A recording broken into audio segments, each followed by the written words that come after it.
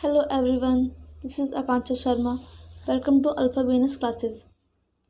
तो आज हम लोग क्लास 5 के मैथ्स के अभ्यास प्रश्न पत्र को डिस्कस करेंगे।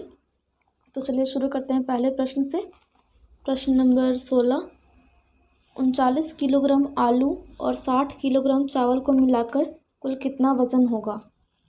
तो अगर हम 39 किलोग्राम और 60 किलोग्राम को जोड़ें तो हमें मिलेगा 99 किलोग्राम। तो इसका सही उत्तर होगा सी, 99 किलोग्राम।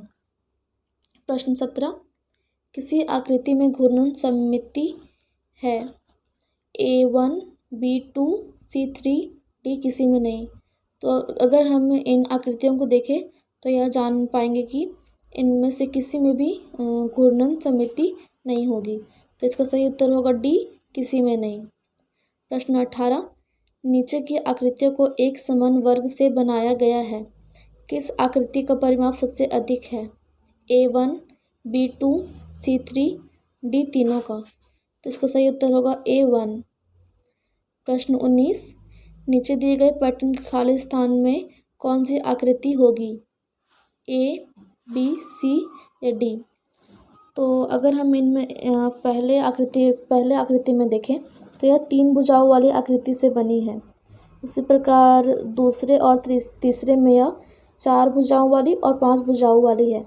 तो इसकी अगली आकृति में यह 6 भुजाओं वाली हो जाएगी। तो इसका सही उत्तर होगा सी। अब चलते हैं अगले प्रश्न की ओर।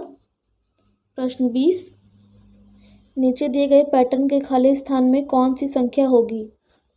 7, खाली स्थान 11, 13, 15, 17। A8, B9, C10, D14। तो अगर हम इस पैटर्न को देखें तो इसमें हम देखेंगे कि इनमें सारे जो अंक हैं वो विषम संख्या है।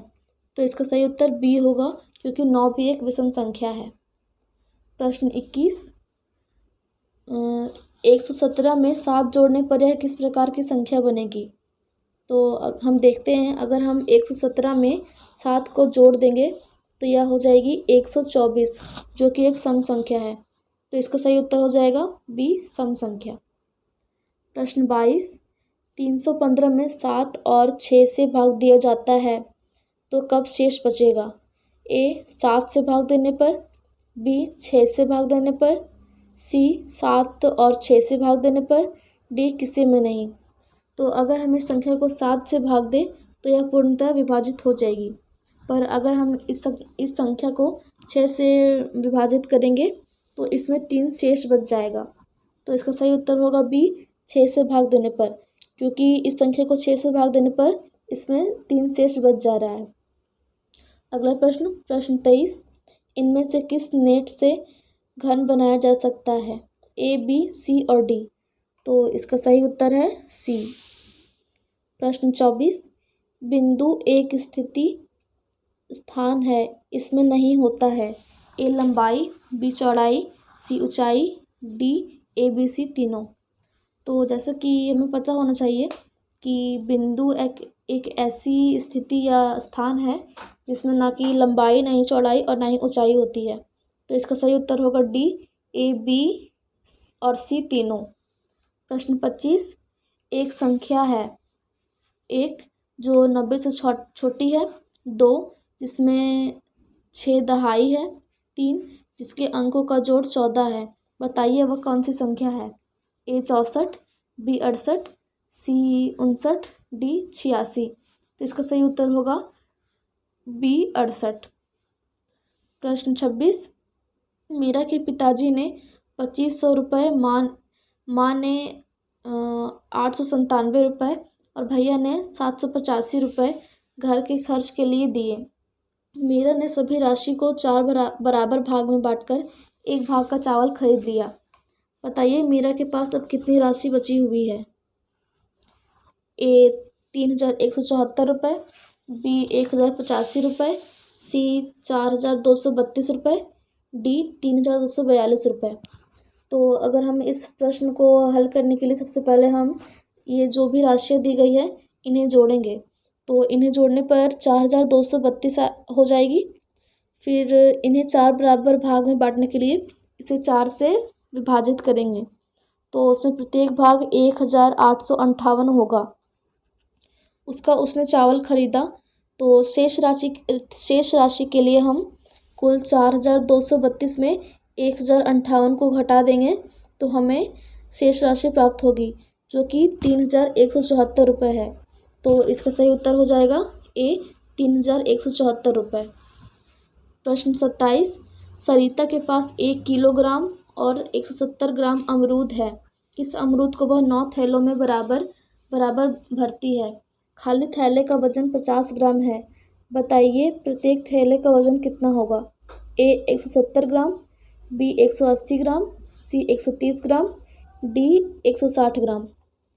तो ये जो किलोग्राम में दिया हुआ है, इसमें हम अगर ग्राम में बदले तो यह इस अमरूद का कुल वज़न हो जाएगा 1170 ग्राम। और इसे अगर 9 बराबर भागों में बांटना है तो इसे 9 से विभाजित करेंगे। तो फिर हमें प्रत्येक थैले का वज़न 130 प्राप्त हो जाएगा, जिसमें कि हर एक थैले का वज़न 50 ग्राम है। तो प्रत्येक थैले का कुल वज़न 130 में अगर हम 50 जोड़ेंगे तो वह 180 ग्राम हो जाएगा। तो प्रत्येक थैले का कुल वज़न हो जाएगा 180 ग्राम।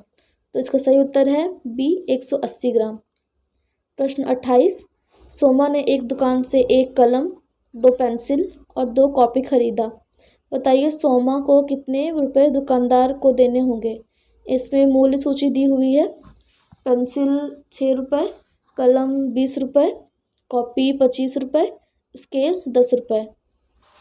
ऑप्शंस है ए 51 रुपये, बी 102 रुपये, सी 96 रुपये, डी 82 रुपये।